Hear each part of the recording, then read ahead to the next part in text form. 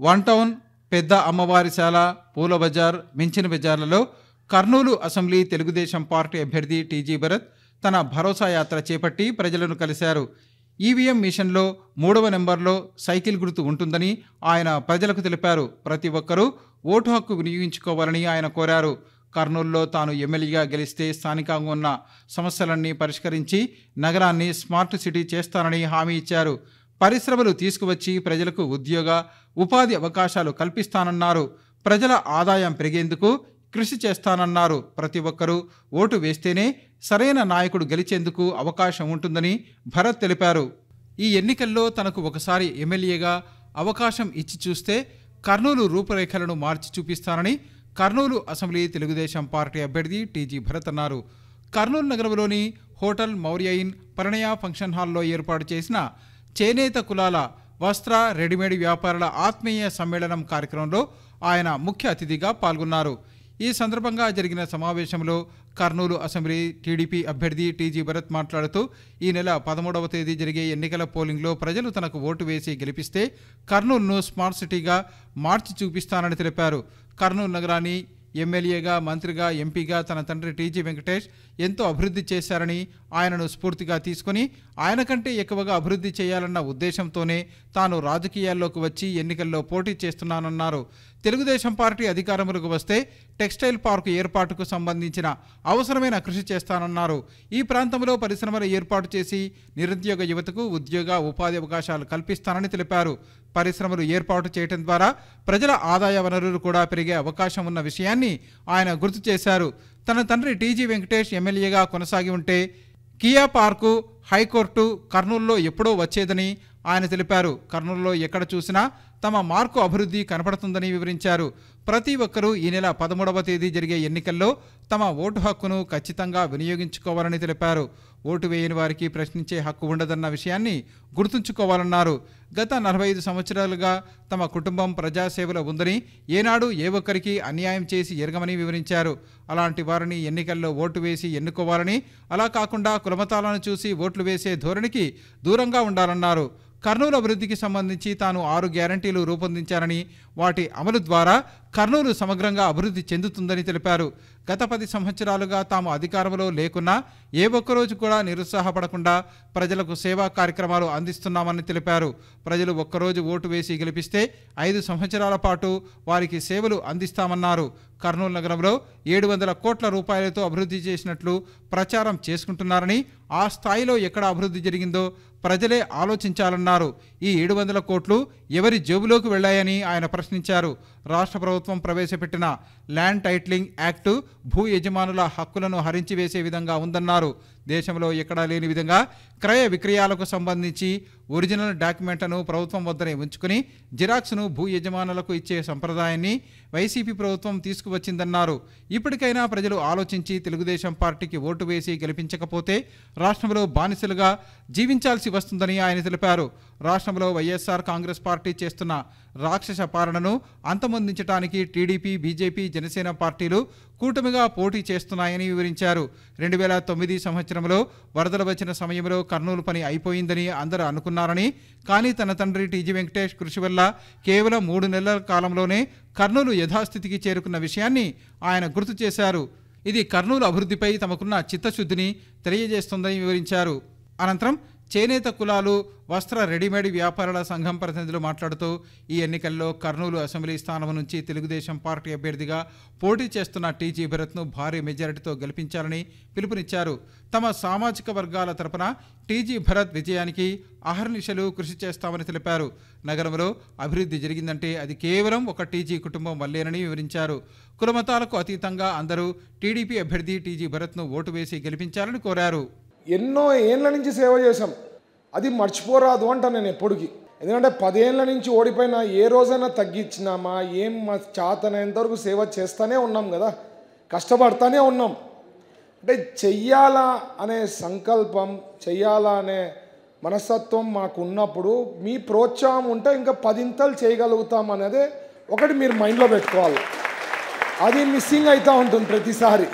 ఈరోజు ఎంప్లాయీస్ అంతా పెద్ద ఎత్తున పర్సెంటేజ్ 80-85% పోలింగ్ మనకి పడతా ఉందంటే that shows that they have lost so much confidence in this government.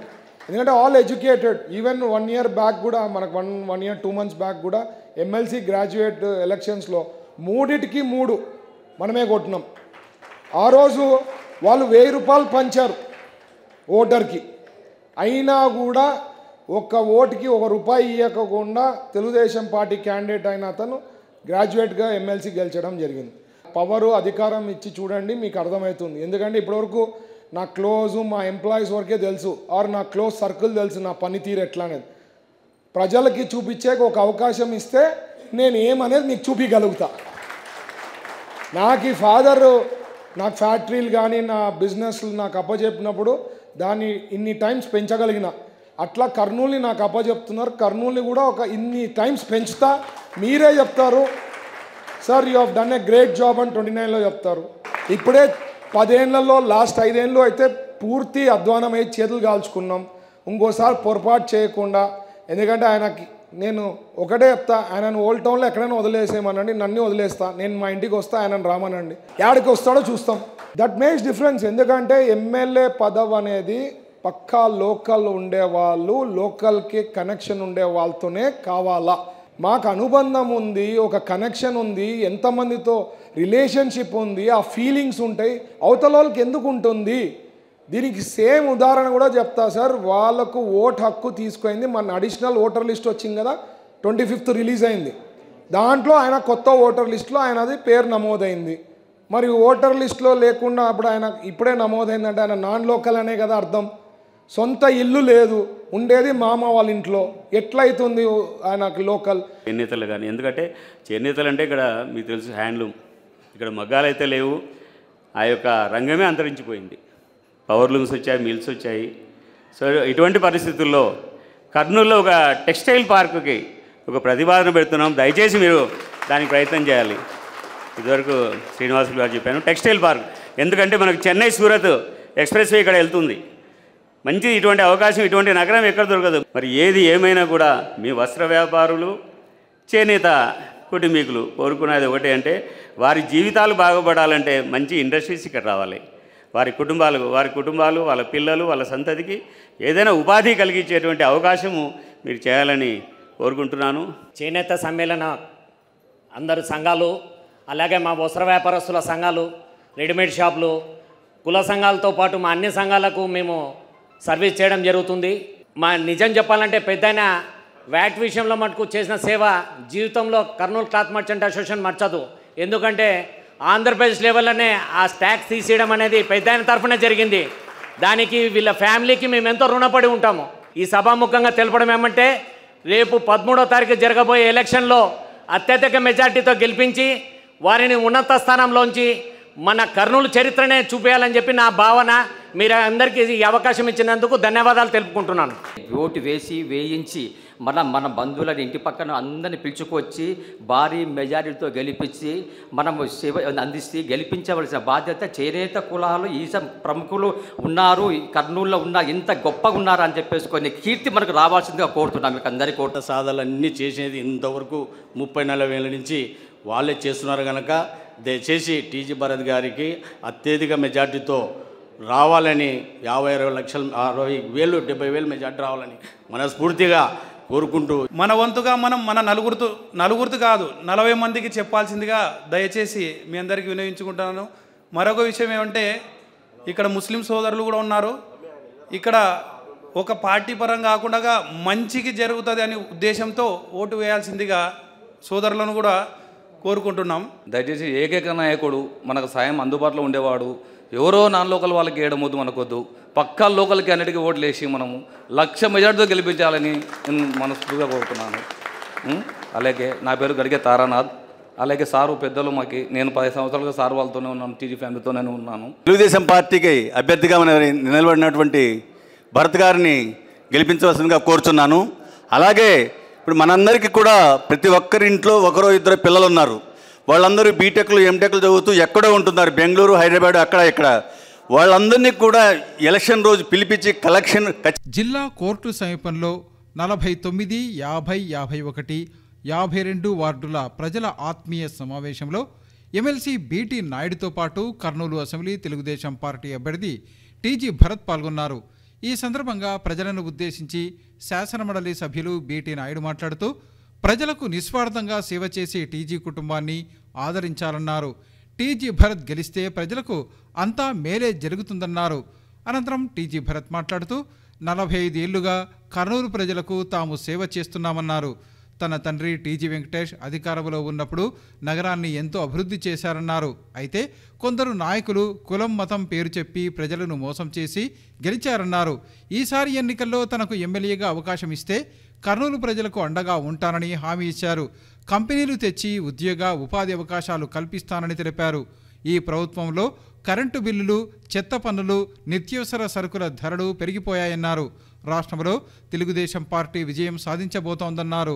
కర్నూలులో తనను గెలిపిస్తే ఈ ప్రాంతంలో సమస్యలు తీర్చి అభివృద్ధి చేసేందుకు అవకాశం ఉంటుందన్నారు. ప్రజలందరూ తరలివచ్చి తెలుగుదేశం పార్టీకి ఓటు వేయాలని ఆయన కోరారు.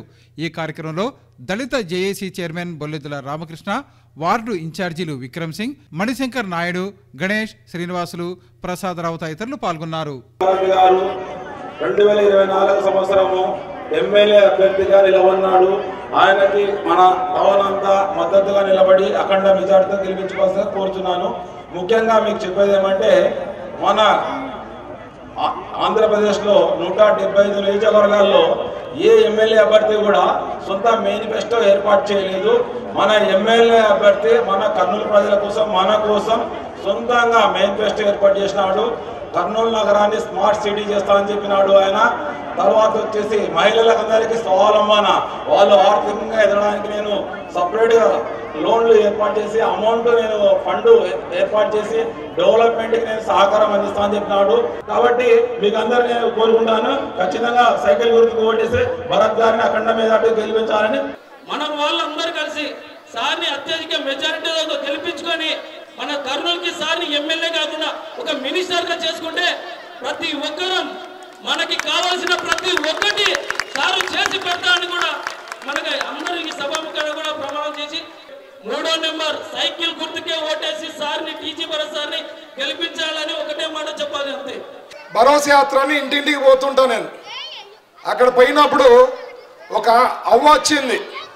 అవ్వ ఆమె నాకు చెప్పింది, అయ్యా నాకు 5,000 ఎలక్ట్రిసిటీ బిల్ వచ్చింది, ఎట్లా కట్టాలా, నాకు వచ్చే 3,000 పెన్షన్కి నా పరిస్థితి ఏమి, నేను రోడ్డు మీదకి రావాలా, ఏం కావాలా, నా 3,000 కూడా ఇస్తే నా పరిస్థితి ఏమి, 5 ఏళ్ల ముందు నేను 500, 600 కట్టేవాడిని అని చెప్పి అవ్వ చెప్పింది. ఎన్నిసార్లు పెంచినాడమ్మా? 7 నుంచి 10 సార్లు పెంచాడు. బాధుడు చేశాడు. దానికి ఇట్లా ఎలక్ట్రిసిటీ బిల్లులు పెంచే పని లేకుండా, చెత్త పైన పన్ను వేసే పని లేకుండా, చెత్త పైన పన్ను వచ్చి మనం అధికారంలో వచ్చిన వెంటనే తీసేస్తామని చంద్రబాబు గారు హామీ ఇవ్వడం జరిగింది. తెలుసా, విన్నారా? తర్వాత ఎలక్ట్రిసిటీ బిల్లులు కూడా పెంచమని చెప్పి మా సార్ హామీ ఇచ్చారు చంద్రబాబు గారు. సో నేను చెప్పేది, కులాలు మతాలు మాత్రం చూడొద్దండి. సో మీరు కూడా ఆలోచన చేయండి. మా దగ్గర కంపెనీలో అందరు పనిచేస్తారు. ముస్లిమ్స్ పనిచేస్తారు, క్రిస్టియన్స్ పనిచేస్తారు, హిందూస్ పనిచేస్తారు. మరి అక్కడ లేని మాకేం భేదాలు లేనప్పుడు ఇక్కడికి వచ్చినప్పుడు ఎలక్షన్లో మమ్మల్ని ఎందుకో ఎక్కడో అన్న ఇండియాలో జరిగిండేవన్నీ కూడా మాకు తెచ్చి అంటగట్టాలని చూస్తారు. సో మీరు ఇవన్నీ గమనించండి. చేసే నాయకుడిని మేము చెయ్యాలన్న తపన మాకుంది. మీరు ప్రోత్సహిస్తే పెద్ద ఎత్తున చేసేదానికి అవకాశం ఉంటుంది. అధికారం ఇస్తే ఎన్నో పనులు చేపించుకోగలుగుతాం. ల్యాండ్ టైటిలింగ్ యాక్ట్ అని తెచ్చారమ్మా, మీకు తెలుసా? అది ఇన్నారా లేదా? ల్యాండ్ టైటిలింగ్ యాక్ట్ అంటే రేపు ఎవరన్నా ల్యాండ్ కొంటే మనకి ఒరిజినల్ డాక్యుమెంట్స్ ఇయ్యారంటమ్మా. ఒరిజినల్ డాక్యుమెంట్స్ ఇవ్వకపోతే పర్వాలేదా మీకు ఎవరికన్నా? మరి ఒరిజినల్ డాక్యుమెంట్స్ కావాలంటే ల్యాండ్ టైటిలింగ్ యాక్ట్ ని రద్దు చేస్తానని చంద్రబాబు గారు హామీ ఇచ్చారు. 2వ సంతకం అది. ఆంధ్రప్రదేశ్ స్టేట్ క్యాపిటల్ ఏది అంటే బాధపడమా? పక్కన హైదరాబాద్ చూస్తే ఎంత బాధ అవుతుంది. ఎంత డెవలప్ అయింది. ఎవరు డెవలప్ చేసింది? ఏ నాయకుడు చేసింది? చంద్రబాబు గారు. అట్లాంటి నాయకుడు మన రాష్ట్రానికి ఉంటే మనం అదృష్టంగా భావించాలమ్మా. ఎందుకంటే రేపు పొద్దున ఆయన డెవలప్ చేసి అమరావతిని ఎంతో ఆలోచించాడు. ఒక సింగపూర్ లెక్క డెవలప్ చేయాలని దాన్ని నాశనం చేసి పెట్టాడు. వచ్చిన తర్వాత మనకు కూడా ఒక క్యాపిటల్ రావాలా. క్యాపిటల్ వస్తే మనం చెప్పుకునేకుంటుంది, డెవలప్మెంట్ ఉంటుంది. 49, 50, 51, 52 ప్రజలందరికీ ప్రత్యేకించి ధన్యవాదాలు తెలుపుతున్నా. పెద్ద ఎత్తున అక్క చెల్లెలములు వచ్చారు, పెద్దలు వచ్చారు, వాళ్ళందరికీ కూడా ప్రత్యేకించి ధన్యవాదాలు తెలుపుతున్నా. Thank you. జై హింద్. ఈ నెల 13వ తేదీ జరగనున్న ఎన్నికల పోలింగ్లో కర్నూలు అసెంబ్లీ నియోజకవర్గం నుంచి తెలుగుదేశం పార్టీ అభ్యర్థిగా పోటీ చేస్తున్న టీజీ భరత్ను భారీ మెజారిటీతో గెలిపించాలని ఎంఆర్పీఎస్ జిల్లా నాయకులు కుమార్ మాదిగ ప్రజలకు విజ్ఞప్తి చేశారు. కర్నూలు నగరంలో అభివృద్ధి ఏదైనా జరిగిందంటే అది ఒక్క టీజీ కుటుంబం నుంచే జరిగిందని తెలిపారు. ఎన్నో సంవత్సరాలుగా కులమతాలు రాజకీయాలకు అతీతంగా టీజీబీ కుటుంబం ప్రజలకు సేవా కార్యక్రమాలు అందిస్తోందన్నారు. అలాంటి కుటుంబానికి చెందిన యువనేత టీజీ భరత్ను గెలిపిస్తే కర్నూలు నగరానికి మరింత మంచి జరుగుతుందని ఆయన తెలిపారు. రాష్ట్రంలో కూటమి అభ్యర్థులకు ఎంఆర్పీఎస్ వ్యవస్థాపక అధ్యక్షుడు మందకృష్ణ మాదిగ ఆదేశాల మేరకు ఎంఆర్పీఎస్ సంపూర్ణ మద్దతు తెలుపుతోందని తెలిపారు. ఎస్సీ, ఎస్టీ, బీసీ, మైనార్టీ ఒక్క కులమే కాదు, అన్ని కులాలు కలిసి భరతయ్య గారికి చేయి అందిద్దాం, ఆయనని అసెంబ్లీకి పంపిద్దాం. ఎందుకంటే కర్నూలులో ఎక్కడ చూసినా కాలువల్లో కాలుష్యం ఉంది, నదుల్లో కాలుష్యం ఉంది, రకరకాలుగా ఉన్న బ్రాడ్ను వాళ్ళు పట్టించుకోగలుగుతారు. ఏ కులం పోయినా కూడా ఆ కర్నూలులో ప్రతి ఒక్క కులం అని కాదు, ఏ కులానికైనా సరే వెనక ఉండి వాళ్ళని ఉద్ధరించి వాళ్ళని ఆపద నుంచి తొలగించే కుటుంబం ఏదైనా ఉందంటే టీజీ భరత్ గారి కుటుంబం అని చెప్పి నేను భావిస్తున్నాను.